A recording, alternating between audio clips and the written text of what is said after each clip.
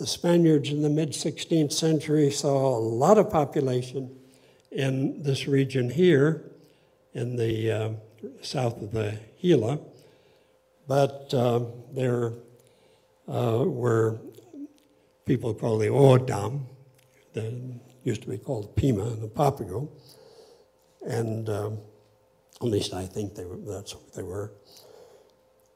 And north of that, in this region, where the great Mogollon towns had flourished, the Spaniards found nothing at all. They found what they called a despoblado, a deserted area, a wild area. They stretched all the way up and down this region here.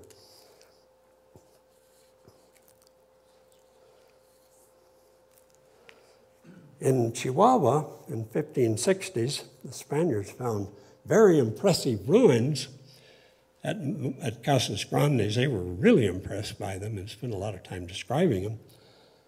But the entire area was inhabited by nomadic Chichimac Indians, wild Indians.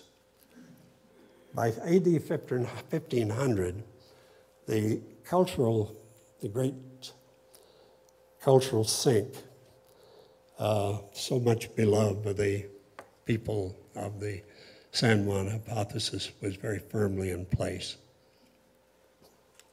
I might also add, although it's not really part of our story, that the area of the little states down here had also collapsed.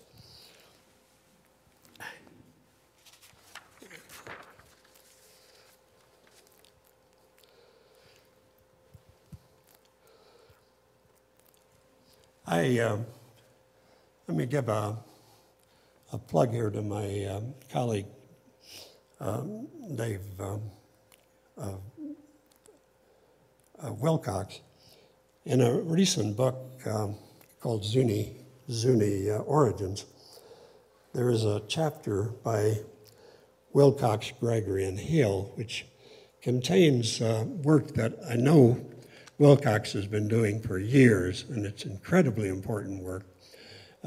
He shows a series of maps. If any of you haven't seen this, I'd suggest you look at it. Stretching in 50-year intervals from AD 1200.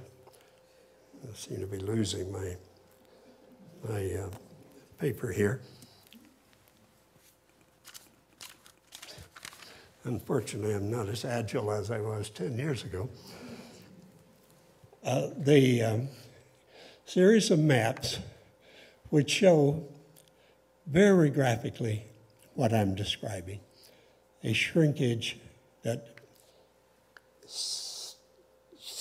half century by half century becomes more accentuated until by 1500 you have just two areas, really, or three if you want to count Hopi and Zuni separately.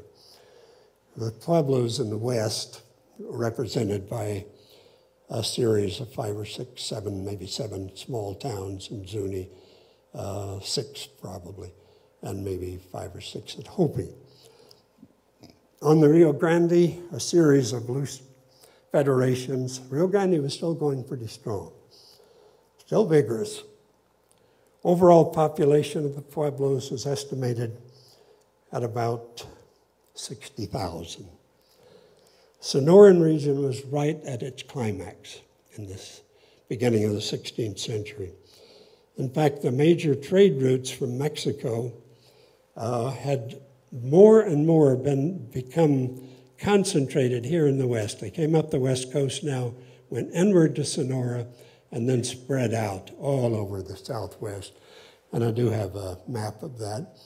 It should be, yeah. Okay, if I had to do this map over now, I'd do it a little differently, but this shows you pretty graphically what is happening. From the Sonoran area to the Hopi-Zuni area to the upper Rio Grande, and then on east into the Mississippi drainage, west of the Pacific coast, there was enormous amount of trade.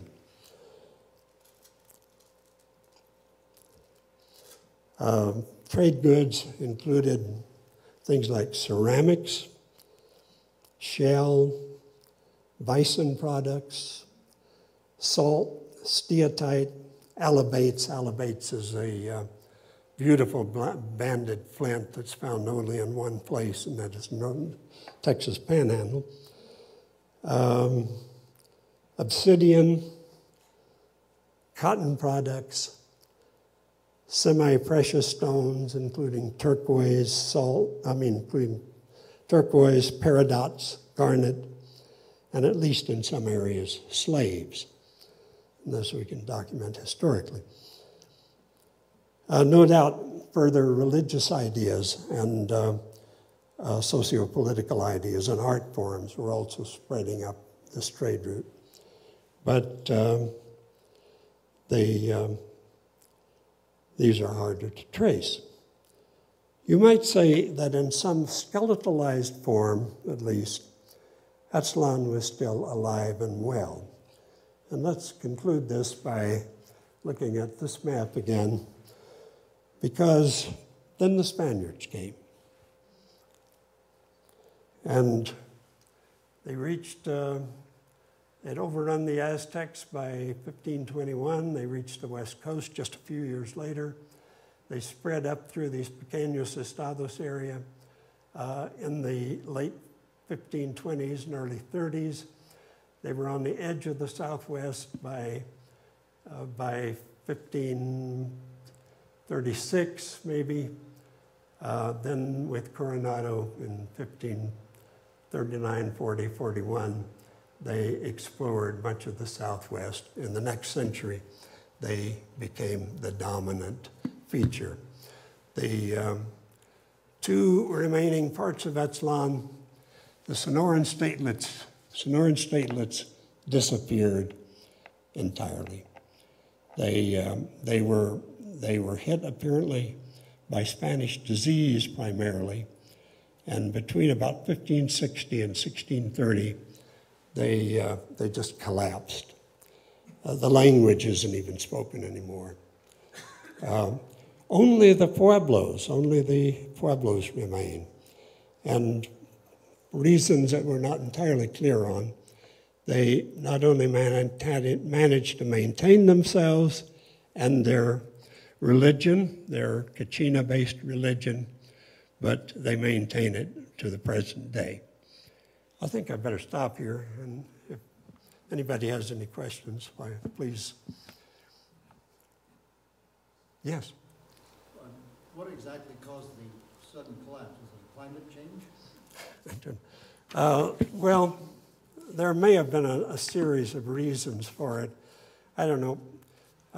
Societies tend to be cyclic for various reasons. Climate change may have been a factor because this is a period that is called the Little Ice Age. I tend to hesitate to pick one factor. I think there were a number involved, but climate change probably was one of them.